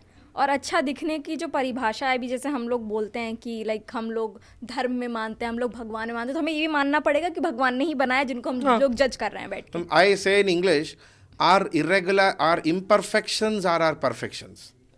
माइंड, मैं हमेशा कहता हूँ, सी हम में से किसी की नाक थोड़ी टेढ़ी है, किसी की एक आंख थोड़ी बड़ी है, थोड़ी छोटी है, वही तो हम हैं, वही हमारी सुंदरता है, वही हमारी सुंदरता है, और जिनसे हम लोग उनको इतना मानते हैं वही बनाने वाले उन्होंने बनाया है। करेक्ट, तो उन्होंने ही बनाया, तो हाँ। हम में से कोई छोटे थोड़े हाइट कम है, थोड़े बड़े हैं, जो जैसा है सही है। इस पे ज्यादा फोकस नहीं करना। इसमें भी प्रॉब्लम टीवी का बहुत है, टीवी वालों का, मीडिया वालों का बहुत है, खास टीवी वालों का और मूवी वालों का बहुत प्रचार कर रखा। जैसे एक सीरीज ऑफ मूवीज आए थे 90s में, घर में हीरोइन खाना बना रही है, पूरा घाघरा चोली बना ले पहन के। अच्छा, काफी बहुत हिट भी हुआ था। कौन सी मूवी थी? ये करण जौहर की DDLJ, करण जौहर के जो मूवीज आते हैं यार, जैसे मोहब्बतें हैं, हेलीकॉप्टर में घर कौन जाता भाई यार, और घर में सूट बूट क्यों पहनते, पागल हो क्या? हिंदुस्तान में पागल हो? घर में मैं तो घर में सूट बूट क्यों पहन रहे हो? घर में अंबानी जी भी सूट बूट नहीं पहनते होंगे। अंबानी जी नहीं पहनते यार, अदानी जी नहीं पहनते, अंबानी जी जो पैजामा पहन के घूमते रहते हैं। मतलब तो उससे क्या हुआ, एक आइडियलाइजेशन क्रिएट कर दिया इन लोगों ने। अमीर, ये गलत, ये इसमें टीवी की रिस्पॉन्सिबिलिटी। हम पहले ऐसे नहीं थे ना यार, हम जब देवानंद की मूवियाँ बनती थी, जब रफ़ी साहब के पीरियड की मूवी थी, अशोक कुमार की मूवी थी, movies used to be a reflection of the society. अब movie is trying to idealise a society, कि आप अगर हीरोइन है तो आपको, हीरोइन या हीरो हो तो आपको सिर्फ गोरा ही रहना पड़ेगा, और लगे हुए सब पीछे फेयर एंड लवली लगाएंगे, ये लगाएंगे, वो इसके पीछे लगे हुए हैं। इससे क्या होता है, डिस्क्रिमिनेशन हो जाता है। नहीं, सही बात है, पॉइंट है। अभी हम लोग देख रहे हैं बहुत सारे मामले निकल रहे हैं मंदिरों के, ठीक है। सामने बात आ रही है कि भाई जहाँ जहाँ खुद रहा है, ठीक है, वहाँ वहाँ से कभी भगवान, जो हमारे भगवान हैं, भारतीय देवी देवता हैं, उनकी मूर्तियाँ निकल रही हैं, ठीक है। इसी चीज़ को लेकर एक पीएन ओक की बुक थी, हाँ। तेजो महालय को लेकर Yes. बहुत ज़्यादा विवादों में रही, ठीक है। उसमें उन्होंने चीज़ें बहुत अलग तरीके से बताई। इस चीज़ को किस तरीके से देखते हैं? काशी वाला हो गया, मथुरा वाला हो गया, राम मंदिर हो गया, इतनी सारी चीज़ें हुई, तो क्या जो अभी हिंदुस्तान सोच रहा है, क्या सच में हम लोगों के ही मंदिरों को तोड़कर चीज़ें बनी थी? मस्जिद पहले हमारे ही मंदिर थे वो, जिनके ऊपर गुंबद लगाया गया। तेजो महल्ले की कहानी क्या है, थोड़ा बताइए। इसको मैं एक इतिहासकार की तरह बताता हूँ। ठीक है, हम मंदिर तोड़ के, हाँ, मस्जिद तोड़ के मंदिर बनाएंगे। कल कोई बौद्ध आएगा, वो बोलेगा आपने मंदिर तो हमारे जगह बनाया, तो फिर बोलेगा ना ना यहाँ स्तूपा बनाओ। फिर कोई जैन आएगा, क्योंकि वो तो हमसे भी पुराने, वो बोलेगा ऐसा कैसा भाई, बौद्ध तो हमारा है। तो हम जो ये प्रोसेस कर रहे हैं ना मैम, इसका अंत नहीं है। इसमें अदर देन पॉलिटिक्स मैं इसमें कोई और एंगल नहीं देखता, क्योंकि इसमें धर्म का एंगल तो है ही नहीं। क्योंकि इतिहास में ये सच है कि जब भी कोई नया सिविलाइजेशन आता है ना, वो पुराने को मार के ही नया आता है। वो तो होता ही है। जो अब वो धर्म हो, जाति, अयोध्या का 100% सही था, उसमें ये मैं मानता हूं, क्योंकि अयोध्या हमारे लिए बहुत इंपॉर्टेंट था। राम का जन्म स्थल है, हमारे लिए भगवान राम इंपॉर्टेंट है। जैसे मुसलमानों के लिए मक्का मस्जिद, मक्का मदीना है, हमारे लिए अयोध्या है, ठीक है। पर हमें उसको वहां रोक देना चाहिए, मेरे मस्जिद से, क्योंकि आप अगर शुरुआत कर दोगे, इसका कोई अंत नहीं है। हजारों में निकलेंगे। हाँ, मंदिरों को तोड़ के एक टाइम था, नॉट हर मुसलमान राजा नहीं, पर कभी कभी तो आते थे, जैसे सिकंदर लोडी थे, औरंगजेब थे, तो लोग मंदिर तोड़ते थे, मस्जिद बनाते थे, ये तो था ही। तो हम कितना करेक्ट कर पाएंगे? और ये एक एंगल। नंबर 2, इस पूरे प्रोसेस में हमारा बेनिफिट क्या है? मैं क्या कर रहा हूं, मैं मस्जिद तोड़ूंगा तो उसमें मैं क्या कर रहा हूं? एक धर्म को मैं बढ़ा रहा हूं या सपोर्ट दे रहा हूं, पर दूसरे धर्म को गुस्सा आ रहा है। इसी गुस्से में वो फ्रस्ट्रेशन निकालेगा, अंत में वो कुछ उल्टा सीधा करेगा। उसका भरपाई कौन करेगा? आम जनता। जिसको सत्ता में आना वो तो आ गया, वो चला जाए। जब वो हिंदू सेना लोगों ने जो संभाल में पूछा, मैं मानता हूं सही है, पूछा, ठीक है। जो अभी अगले इलेक्शन में वो हिंदू सेना वाले लीडर तो जीत जाएगा, दरार किस में पड़ गई? आसपास के संभाल के लोगों में पड़ गई, आसपास के लोगों में पड़ गई। और इतने साल बाद करने की क्या जरूरत थी? तो इसीलिए तो हमने प्लेसेस ऑफ वर्शिप एक्ट 1991 उस टाइम में पास किया था, जब बाबरी हुआ था, क्योंकि हम ये समझ गए थे कि इसको मैं सही गलत के तरीके से नहीं मानता हूँ। इसको मैं देखता हूँ कि कितना उपाय है। ठीक है, मैं संभाल में मंदिर बनवा दूंगा, कल मैं हैदराबाद में बनवाऊंगा, कल मैं फिर कर्नाटक में बनवाऊंगा, गुलबर्ग में बनवाऊंगा, बीदर में जाऊँ, कितना बनवाऊंगा, कितना? और इससे मैं मुसलमानों का क्या कर रहा हूँ? तो इससे उल्टा बड़ा क्या होगा? अब तक हम पाकिस्तान के बारे में क्या कह रहे थे कि पाकिस्तान में हिंदुओं के साथ भेदभाव होता है। बांग्लादेश के बारे में क्या कह रहे थे? बांग्लादेश में हिंदुओं को मार रहे हैं। तब वो दोनों क्या बोलेंगे? आप लोग भी वही कर रहे हो, आप लोग भी वही कर रहे हो, हमें क्यों सिखा रहे हो? तो हमारा तो इंटरनेशनल प्लेटफॉर्म में भी किसी लोकल आदमी के पॉलिटिकल बेनिफिट के लिए हमें इस एंगल पे नहीं जाना है। हाँ, हो गई। ये कोई मना नहीं कर रहा है कि मंदिर नहीं तोड़ा, मंदिर तोड़ा, बता दिए, हो गई बात। हिस्टोरिकल रिविजनिज्म बोल के एक टॉपिक है, जैसे हम हिस्ट्री को सही करने की कोशिश, ये उस आधार पे करना है कि इससे सच में कुछ बेनिफिट है कि नहीं। देखिए, मतलब बेनिफिट तो ऑब्वियस सी बात है, इसमें अब कुछ है इससे ही कुछ नहीं। मिल नहीं रहा है, ठीक है। मिल ही नहीं रहा इससे है। सिर्फ एक चीज़ होगी कि अगर अभी मंदिर बन जाते हैं, जहाँ जहाँ पर हमारे मंदिर थे वहाँ वहाँ पर मस्जिद बनाई गई तोड़कर, और फिर हम लोग उनको तोड़ के मंदिर वापस अपना जो भी था बनाएंगे, हम लोग बना लिए, ठीक है।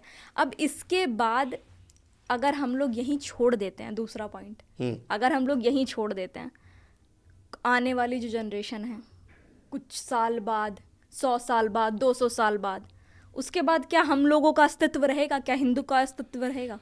हिंदुइज्म 2500 साल से ऐसा ही है। हमने बहुत देखे हिंदुइज्म में। हमने ग्रीक भी देखा, हमने शाका भी देखे, चाइनीज भी आए, तुर्की आए, फारसी आए, सूफी आए, शिया आए, सुन्ना, सभी आए हिंदुस्तान में। आज भी हिंदुइज्म स्ट्रांग है। लोग ये समझ ही नहीं पाते कि हिंदुइज्म एक बहुत ही दृढ़ फिलॉसफी है। ये मन नहीं मरेगा। ये हिंदुइज्म, बुद्धिज्म, जैनिज्म ये कभी नहीं मरेंगे, कभी नहीं मरेंगे। अंग्रेज तक ने ट्राई किया, नहीं मरेंगे ये। कुछ नहीं होगा हिंदुइज्म को। 2500 ईयर्स का हिस्ट्री है, आज का नहीं है। आप मैं हम ये कैमरा में हम तो थे भी नहीं, तब से है हिंदुइज्म। बिल्कुल। बहुत देखा हमने दुनिया में, चाइनीज भी आए, ग्रीक भी आए। उल्टा ये होता है कि जो हिंदुस्तान आता है वो हिंदू बनता है। बिल्कुल। आपको जैसे अभी हम इसको इंग्लिश में कहते हैं इंडियनाइजेशन। जैसे हिंदुस्तान में आज ज़्यादातर हिंदू वेजिटेरियन है। इधर उधर घूम के केंटकीज फ्राइड चिकन को भी यहाँ पे वेजिटेरियन फूड बेचना ही पड़ा। कंपनी का नाम केंटकी फ्राइड चिकन, मुर्गी बेचने वाला कंपनी है। वेजिटेरियन तो बेचना ही पड़ता है। जब हिंदुस्तान आते हैं तो आपको हिंदू बनना पड़ेगा। अब हिंदू धर्म से ही नहीं, फिलॉसफी से भी हिंदू है। बिल्कुल। तो हम जैसे इस्लाम और क्रिश्चियनिटी है, हम कोई एक बुक लेके उसमें डेफिनेशन हमारा नहीं है कि आप ये करोगे तो आप हिंदू हो, ये नहीं करोगे तो आप हिंदू नहीं हो। जैसे इस्लाम में शहादा है, हज है, नमाज है, अब ये करोगे तो ही मुसलमान हो। हम ऐसा नहीं है। हमारा एक बहुत डाइवर्स रिलीजन है, फिलॉसफी है हमारा। सिर्फ भगवत गीता हमारी बुक नहीं है। भगवत गीता हमारी एथिक वाली पेपर है, हमें मोरालिटी वाली पेपर है। नारद शास्त्र है, कात्यायन स्मृति है, नारद स्मृति है, यज्ञवल्क्य स्मृति है, मनुस्मृति है, फिर 18 पुराणास हैं। बहुत है हिंदुइज्म का कुछ नहीं होगा। प्रॉब्लम इज ये मिथ क्रिएट किया गया कि हिंदुइज्म थ्रेट में है। इससे थोड़े लोग पॉलिटिकल बेनिफिट उठा रहे हैं। अगर इसका मैं आधार आपको देता हूं, सावरकर का ही बुक, सबसे बड़े हिंदू थे वीर दामोदर सावरकर की। आप कभी उसका बुक पढ़ के देखिए कभी लोग। उन्होंने हिंदुत्व एक्सप्लेन किया था। कांग्रेस हमेशा उनकी बदनामी करता रहता है। उन्होंने कहा था कि हिंदुस्तान में जो रहता है वो हिंदुत्व है। अब वो मुसलमान हो, हिंदू हो, राम संप्रदाय हो, शिव हो, नहीं पता। आपने अगर हिंदुस्तान की रेखा में पैर रखा, आप हिंदुस्तान में रहते हैं तो आप हिंदू हैं, धर्म की नहीं। वो था उनका हिंदुत्व, वो था उनका राष्ट्रवाद। उनको फिर बदनाम किया गया। लोग समझ ही नहीं पाए उनको, बिल्कुल समझ नहीं पाए उनको, सावरकर को। मैं आज भी कहता हूं कि हमें ये अगर हम करते रहेंगे ना, इसलिए सुप्रीम कोर्ट ने स्टे इसलिए दिया था कि अगर हम ये करते रहेंगे ना, सोशल डिस्टर्बेंस होगा। बाकी बहुत सारे मुद्दे हैं सोसाइटी में। इन्फ्लेशन बढ़ रहा है, इकोनॉमी घट रहा है। पिछले क्वार्टर में 5.5% का जीडीपी ग्रोथ ही हुआ है। जीएसटी भरे जा रहे हैं, उस पर बात नहीं करने दे रहे, इसीलिए ये मुद्दा उठा रहे हैं। ये गलत है, ये बिल्कुल गलत है। और धर्म के नाम पे जब भी हम झगड़ा करते हैं ना, कोई तीसरा उसका फ़ायदा उठाता है। हिंदुस्तान के इतिहास में यही हमेशा हुआ है। बाबर खुद से नहीं आए थे, बाबर को बुलवाया गया था। कैसे, किसने? दौलत खान लोडी ने। दौलत खान लोडी, राणा सांगा, ये लोग पक चुके थे इब्राहिम लोडी से। अच्छा। इसीलिए उन्होंने बाबर को बुलवाया था। बाबर की औकात थी हिंदुस्तान में आने की। बाबर का खुद का तो कंट्री नहीं था, वो खुद अपना काबुल हार चुके थे अंकल से। वो तो सड़क चाप इधर उधर घूम रहे थे बिना काम के। बाबर को हमने बुलवाया था। इसी तरह मोहम्मद बिन घोर को भी पृथ्वीराज चौहान और जयचंद्र झगड़ा कर रहे थे। जयचंद्र ने बुलवाया मोहम्मद घोर को। जयचंद्र नहीं बुलाते तो घोर आता ही नहीं, घोर नहीं आता तो सल्तनत आता ही नहीं, तुर्की होते ही नहीं। क्या रीजन क्या रहा इन सब चीजों, मतलब इन लोगों को बुलाने वो एक पर्सनल रीजन था, क्योंकि वो जयचंद्रा अपनी बेटी की शादी करा रहे थे, स्वयंवर करा रहे थे। वो पृथ्वीराज चौहान संयोगिता देवी जो लड़की थी, लड़की के साथ भाग गए थे, वो लड़की भगा ले गए थे। तो इसमें जयचंद्रा राजा छोड़ो, पप्पा जयचंद्रा ने गुस्सा था उनको। मैं तो इसको और सिंपल कहता हूँ कि पप्पा ने मोहम्मद बिन गौर को सुपारी दी थी पृथ्वीराज चौहान की। पप्पा ये भूल गए कि पृथ्वीराज को मारने के बाद ये तो गुंडा है, वो मुझे ही मारेगा, और गौर ने वही किया। वरना इन तुर्कियों की औकात थी राजपूतों के खिलाफ खड़े होने की ना। राजपूत आसान नहीं थे, अकबर ये समझ गए थे, इसीलिए अकबर राजपूतों के साथ दोस्ती करते थे, झगड़ा क्यों नहीं करते थे, क्योंकि राजपूत अकबर समझ गए थे कि राजपूतों के खिलाफ झगड़ा नहीं किया जा सकता। तो हिंदुस्तान में जो भी फॉरेनर आया हमने बुलवाया। मराठा ने भी खुद झगड़ा करके रघुनाथ राव और सवाई माधवराव जो 1776 में दो मराठा थे, वो दोनों झगड़ा करके गोरों को बुलवाया बीच में कि कौन पेशवा बनेगा। गोरे होते कौन है डिक्लेयर करने वाले कि कौन पेशवा बनेगा, होते कौन है ये बाहर के। कुल मिलाकर हम ही लोगों ने उनको जगह दी, क्या ये हमारे घर में बैठी, अब वो बैठे तो वो बैठे ही रह गए, बैठ के हमको घर से निकाल दिया बाहर। ये हो गया घर पे। हम मेहमान आया, धीरे धीरे अंदर घुसा, फिर कब्जा कर लिया, फिर हमसे लगान लेने लगे, और फिर हम भरते रहे। तो इसलिए मैं अभी भी मानता हूं कोई भी ऐसी चीज मत शुरू करना जिससे हम अपने में झगड़ा शुरू करें। अगर हम हिंदुस्तानी झगड़ा करना शुरू कर देंगे तो तीसरा है डेफिनेटली बेनिफिट करेगा। इवन अगर हम आपस में झगड़ भी रहे ना तो किसी तीसरे को ना घुसाएं बाहर से लाकर। इस विषय पे जैसे फॉर एग्जांपल मैम अभी मेरे को कांग्रेस के मैं जैसे आप इसको पॉलिटिकली मत देखिए, मुझे काफी बहुत गुस्सा आता है। जैसे हर 6 महीने में आप समझिए वेस्ट से कोई ना कोई एक रिपोर्ट आता है जिससे हिंदुस्तान की नुकसान हो।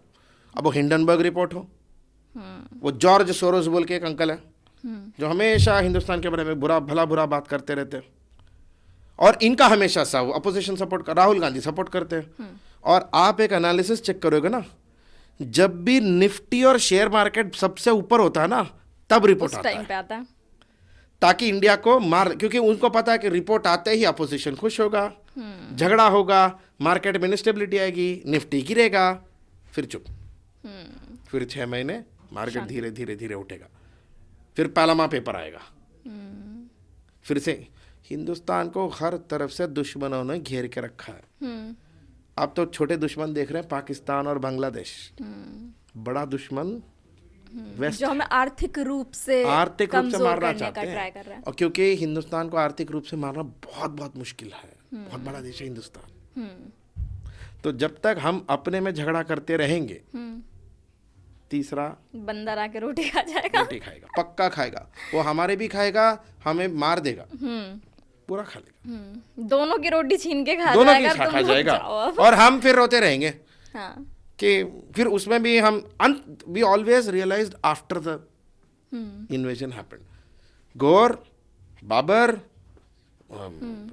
ब्रिटिश, हर चीज में हमने उनको बुलवाया था, we invited them, it was not their invasions. हमने अपना घर खुला छोड़ा था, भाई भाई झगड़ा करके घर खुला छोड़ा। मैं तो आज भी मानता हूँ, ठीक है मंदिर मस्जिद का डिस्प्यूट है, मैं मानता हूँ, पर इसको इतना भी मत खींचो कि तलाक हो जाए, क्योंकि फिर प्रॉब्लम बहुत होगी। It's not worth it. तेजो महल्ले पे क्या कुछ होना चाहिए, क्योंकि तेजो महल्ले तेजो महल्ले की जो एक्चुअली कहानी है वो सिर्फ पीएन ओक सर ने बोला था। अगर आप जैसे मैं आर्कियोलॉजिकल सर्वे ऑफ इंडिया की रिपोर्ट से बता रहा हूँ, एक तो ताजमहल जमीन पर नहीं बना है, ताजमहल नदी में बना है। ओके, नदी में बड़े बड़े लकड़ी के पिलर्स लगा के, उसमें चूना डाल के, बीच में लकड़ी का रिंग्स लगा के एक प्लेटफॉर्म बना के उस पे ताजमहल बना है। तो ताजमहल ऐसी जगह है जो अगर यमुना ऊपर आ गया तो ताजमहल ऐसा बह जाएगा। Taj Mahal is a floating monument. अंदर तो शाहजहां मुमताज का जो कब्र जैसा दिखता है ना, वो एक्चुअली असली नहीं है, वो नकली है। ताजमहल एक मॉन्यूमेंट है। वो ऐसी जगह है जहां जमीन है ही नहीं। तो बहुत पढ़ाई कर चुके हम लोग आर्कियोलॉजिकल सर्वे ऑफ इंडिया से, आज तक हमें तो एएसआई के सर्च में कोई रिपोर्ट नहीं मिला तेजो महालय जैसा। एएसआई के रिपोर्ट में तो हमको कुछ नहीं मिला, क्योंकि नीचे जमीन ही नहीं है, नीचे कीचड़ है, ओके। कीचड़, चूना और पानी। तो इनफैक्ट हालत इतना बुरा है ताजमहल का कि एक तरफ से नीचे जा रहा है वो। मेंटेनेंस का खर्चा में ज़्यादा है, क्योंकि हमें बार बार उसमें अंदर पानी है ना, तो बार बार कंक्रीट भेजना पड़ रहा है हमें अंदर, बार बार आयरन रिंग लगाना पड़ रहा है, बार बार ऐसे का बहुत खर्चा निकल रहा है। तो पीएन ओक सर थोड़ा वो कंप्लीट राइटिस्ट थे, उन्होंने ही ये करवाया था। सिर्फ वही कहते हैं कि तेजो महालय एक शिव मंदिर था, ये था, बस इसका आधार एविडेंस नहीं है। पर उन्होंने कुछ पॉइंटर्स भी दिए थे, लाइक म्यूजियम वाला पॉइंट दिया था एक उन्होंने कि वहाँ पर म्यूजियम भी है। वो उन्होंने दिया था, नहीं है ना आज। वो ऐसा हमने किसी ने कोई भी, लाइक जैसे मंदिर का कॉन्सेप्ट है, जैसे दूसरे में जैसे अयोध्या है, इसका एविडेंस है। अयोध्या जैसे फिलहाल बाबर को सब कहते हैं, एएसआई रिपोर्ट में आया था कि एक्चुअली बाबर नहीं था, वो औरंगजेब के पीरियड में वहाँ पे एक मंदिर को तोड़ के मस्जिद बना गया। औरंगजेब ने किया था ये, एक्चुअली बाबर ने नहीं किया था। बाबर का नाम इस्तेमाल किया गया था, बट किया था औरंगजेब के पीरियड में। एएसआई का रिपोर्ट है ये, सर्च रिपोर्ट, ये मानते हैं हम लोग।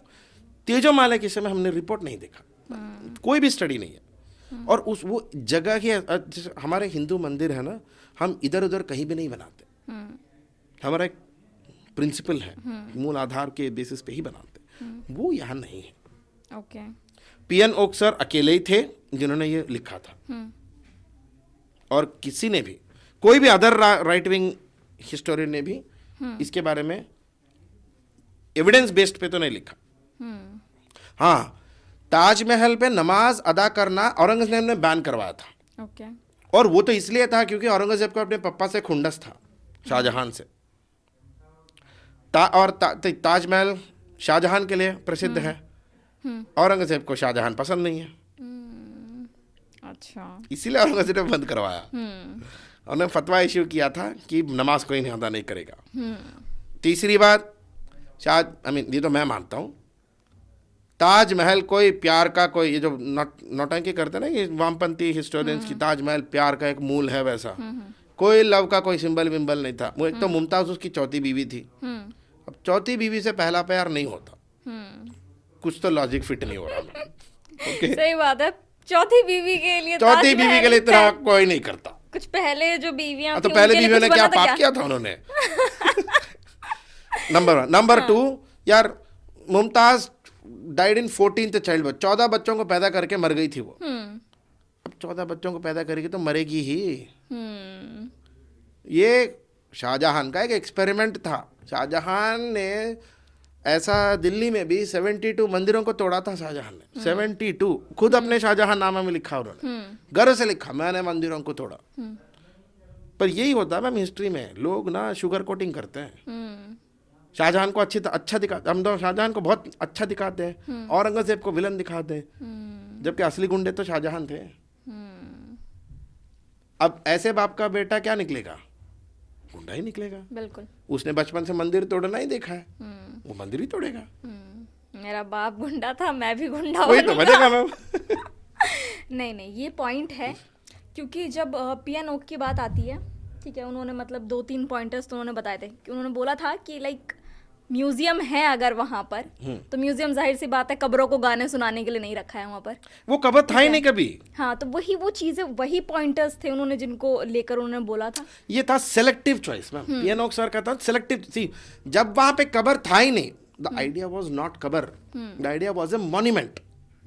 मुमताज तो कब्र पहले दूसरी जगह थी, वो आगरा में थी नहीं वो, तो that was a monumental experiment.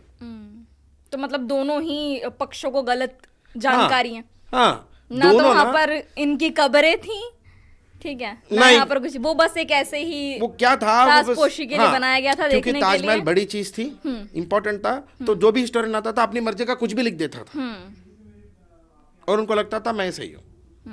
और हम हिंदुस्तान में सबसे बड़ा प्रॉब्लम ये है मैम, एक तो लोग इतिहास नहीं पढ़ते, इतिहास सुनते हैं। जो दूसरों ने लिखा उसको सुनेंगे फिर बताएंगे कैसा जैसे हो मैं रहा है। पढ़ता हूँ, मैं इंडोलॉजिस्ट हूँ, मैं वेस्ट से पढ़ा हूँ, मैंने अपनी पढ़ाई की सिडनी में। मैं सिडनी में पढ़ाई की मैंने हिंदुस्तान के बारे में। तो जब मैं कुछ पढ़ता हूँ ना, मैं डायरेक्ट भरोसा नहीं करता हूँ, मैं ये सर्च करता हूँ कि इसका आधार क्या है। बोल दिया ठीक है, पर इसका आधार क्या है, किस आधार पे बोला ना। एक बार वो हिंदुस्तान आज के युवा को, मैं तो युवा से हमें यही कहता हूँ कि यार ये समझ लो कि अगर कुछ हो रहा है या कोई कुछ बोल रहा है, उसका आधार क्या है, किस आधार पे बोल रहा है, और पूरी कहानी सुनो। There is my side, there is your side, and there is a true side. Point. When you know my side, when I listen to your side, then I will know the true side. ये problem है। तेज महल्ले को लेकर तो मतलब बहुत बहुत सारी किस्सा हुआ चीजें था हैं, मैम, बहुत बहुत ज्यादा। अभी भी टॉपिक है, क्योंकि जब भी इलेक्शन आता है उसका इस्तेमाल होता है। बिल्कुल। ये अभी सिर्फ इलेक्शन इश्यू है। ताजमहल को तोड़ने की कॉन्सेप्ट है ही नहीं, यूनेस्को वर्ल्ड हेरिटेज साइट है, तो तोड़ेंगे नहीं, तो हो गया, वो कभी सॉल्व होगा भी नहीं। जैसे बाबरी है या संभाल है, तो मस्जिद थे, ताजमहल तो हम तोड़ ही नहीं सकते, वो तो हमारा वंडर ऑफ द वर्ल्ड है। हम ताजमहल को टच करेंगे तो हम तो गए खत्म से, अच्छा। इंटरनेशनल रिलेशंस में हमारा तो खत्म ही हो जाएगा। ओके, तो मतलब अगर ये क्या कहते हैं यूनेस्को में है इसका, तो इस पे क्या हमारा कोई आधिपत्य नहीं है? कोई क्या करेंगे, हम ताजमहल तोड़ देंगे तो हमारा टूरिज्म का कितना नुकसान है। वर्ल्ड हेरिटेज साइट है, वंडर ऑफ द वर्ल्ड है, वन ऑफ द 7 वंडर्स है, हमारी कितनी बदनामी होगी। तो हम अकेले ऐसे सिविलाइजेशन होंगे जिन्होंने अपने खुद का वंडर तोड़ दिया, सिर्फ एक मतलब और एक किसके लिए, पक्ष के एक पक्ष के आधार के लिए, एक पक्ष के आधार के लिए, और एक पक्ष को थोड़ा सा दिल में चोट देने के हाँ, लिए, बस। बुरा लगाने के लिए उनको। बस मुनाफा। जी, मैं तो हमेशा मानता हूँ कि इस बीच में मुनाफा भी नहीं है ना। क्या मिला, क्या मिलेगा हमको। सही बात है। उसको अगर एक बार के लिए सोच भी लिया जाए कि ताजमहल को तोड़ा जाए, उसके लिए आप 10 जगह से चीजें मंगवाएंगे, तोड़ने के लिए लोग लगाएंगे, फिर उसको दूसरी चीज बनवाने के लिए फिर आप उसमें टाइम लगाएंगे। हाँ, मैं ये मानता हूँ, हाँ ठीक है, ताजमहल तोड़ते हैं तो हमको अचानक से 50,000 करोड़ मिलने वाले, तोड़ देते कल, तोड़ देंगे, चलो, वो भी तो नहीं मिल रहा है। पॉइंट। ये सब चीज़ें रहीं।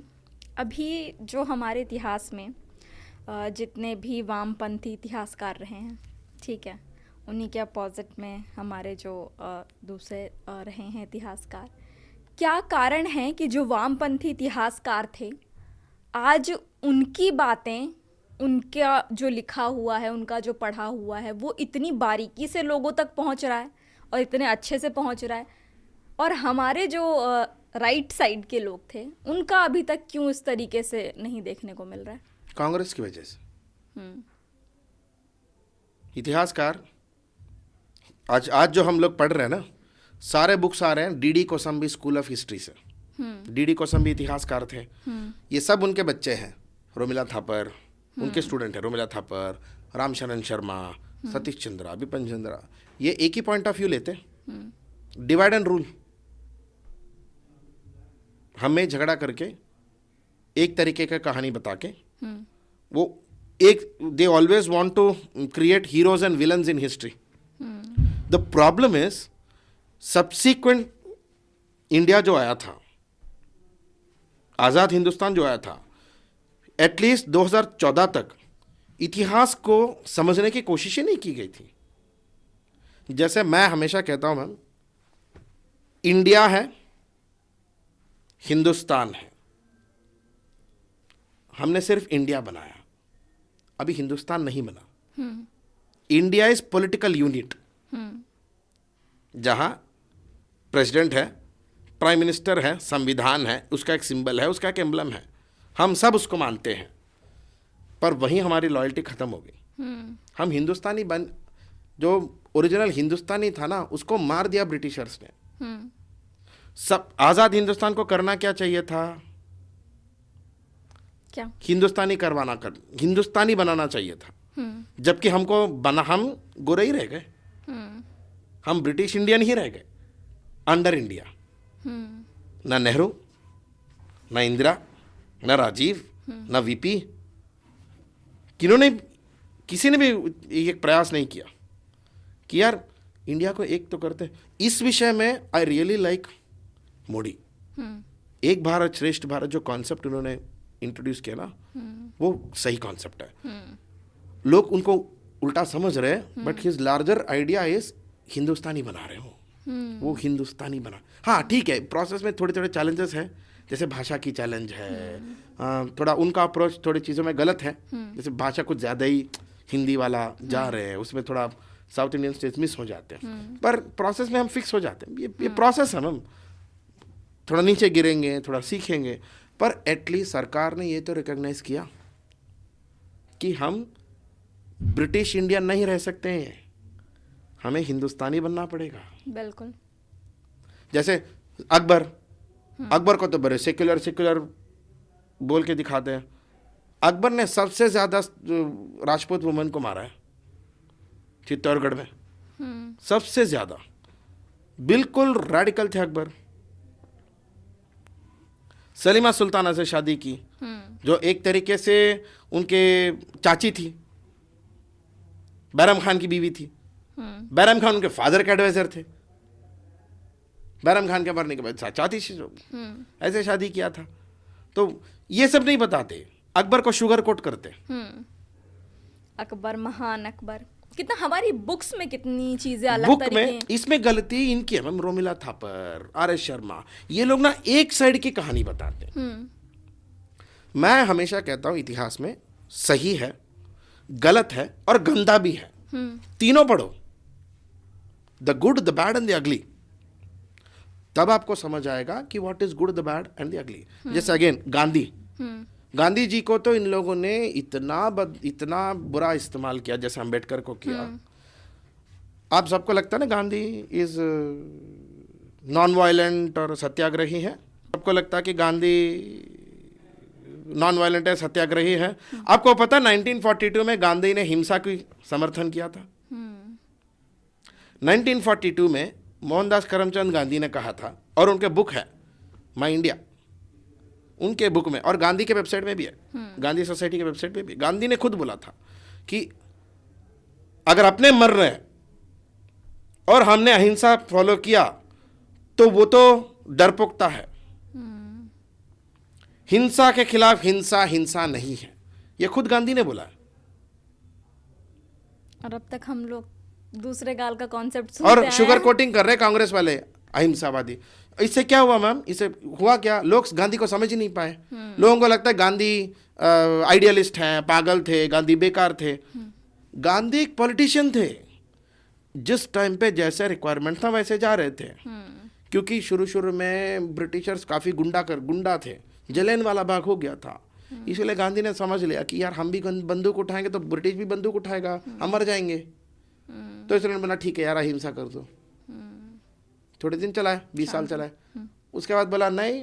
अब गांधी ने बोला था, गांधी ने सीधा वाइसरॉय को बोला, जब वाइसरॉय ने कंप्लेंट किया कि यार तुम्हारे लोग सत्याग्रही मार रहे हैं, तो गांधी ने वाइसरॉय को बोला यार तुम मत मारो, हम नहीं मारेंगे।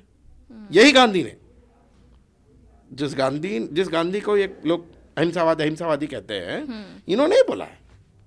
अच्छा, Gandhi is a practicalist. Gandhi was, I always believe, I read this, पढ़ के बता रहा हूं मैं, गांधी ने हिंसा की भी समर्थन की थी। कब? जब कोई और उपाय न हो। गांधी ऐसे अहिंसा नहीं कर रहे थे जैसे कांग्रेस वाले प्रोजेक्ट करते हैं। और ये कोई पढ़ता नहीं है ना। मैं अभी भी कहता हूं इन सभी का सोल्यूशन एक ही है, पढ़ो, सोचो। अगर 11 सेकंड, जैसे कल 11 सेकंड का वीडियो आया था अमित शाह का, जब मैं 11 सेकंड का वीडियो पहली बार देखा था, मेरे दिमाग में यही आया था कि अमित शाह साहब 11 सेकंड ही क्यों बात कर रहे हैं। सही बात है, उनके पास तो इनफ टाइम है यार, होम मिनिस्टर है, इतना बड़ा टाइम है, सिर्फ 11 सेकंड का ही क्यों जरूरी था। और ये कांग्रेस क्यों शेयर कर रहा है 11 सेकंड का। ये सोच इंपॉर्टेंट है। द मिनट आप ये सोचना शुरू कर दोगे ना, से खेल लोगों को समझ में आएगा। खेल समझ आ जाएगा। नहीं मतलब बहुत अच्छी चीजें आपने बताई हैं अभी इस वक्त। Yes, ma'am. ठीक है, मतलब लोगों को बहुत कुछ सीखने को मिलेगा, समझने को मिलेगा। जो लोग हिस्ट्री में दिलचस्पी रखते हैं उनके लिए बहुत सारी चीज़ें नहीं होने वाली हैं। ठीक है, तो आज का ये सेशन हम लोग इसी के साथ समाप्त करेंगे। Thank you so much sir हमारे Thank you so studio much, में आने ma'am. के लिए और इतनी सारी जानकारी देने के लिए। कुछ बुक्स रिकमेंड कर दीजिए आप। मैं ज़्यादा बुक कहता हूँ, जैसे उपेंद्र सिंह की एक बुक है, जैसे किसी को अगर हिस्ट्री पढ़नी है, उपेंद्र सिंह की the history of ancient and medieval India बोल के एक बुक है। ओके। उपेंद्र सिंह जो मनमोहन सिंह जी की बेटी थी, वो बहुत अच्छी बुक है, वो एक बुक है। दूसरा है विलियम डारलिंपल, जो कि हमारे सीनियर थे, जो ऑस्ट्रेलिया के हैं, द अनार्किस्ट, वो एक बुक बहुत अच्छा है। दूसरा एक बुक है the wonder that was India, बहुत ही ब्यूटीफुल बुक है, A.L. बाशम का। ये मैं क्यों यही बुक्स बताता हूँ कि ये ना राइटिस्ट है ना लेफ्टिस्ट है। सी इंडिया वॉज ए वंडर। हाँ, हमें थोड़ी थोड़ी प्रॉब्लम्स थी, जैसे अनटचेबिलिटी था, सतीवाद था, फिर भी but we were still one of the greatest civilisation. और ये खुद एक वेस्टर्नर ने बोला, A.L. बाशम ने। उन्होंने एक थर्ड पॉइंट ऑफ व्यू, उन्होंने एक फॉरेनर की तरह लिखा, वो ना हमारे थे ना आपके थे, तो उन्होंने थर्ड पॉइंट ऑफ व्यू से, ये बहुत अच्छी बुक है। और जिन्ना साहब की बायोग्राफी, नेहरू की भी बायोग्राफी है, मथायस पी मथायस। अगर आप नेहरू की बायोग्राफी पढ़ोगे ना, नेहरू का कांग्रेस के साथ कुछ संबंध ही नहीं था, ये पता चल जाएगा। रियलिटी पता चल जाएगी। ठीक है sir, thank you so much. Thank you.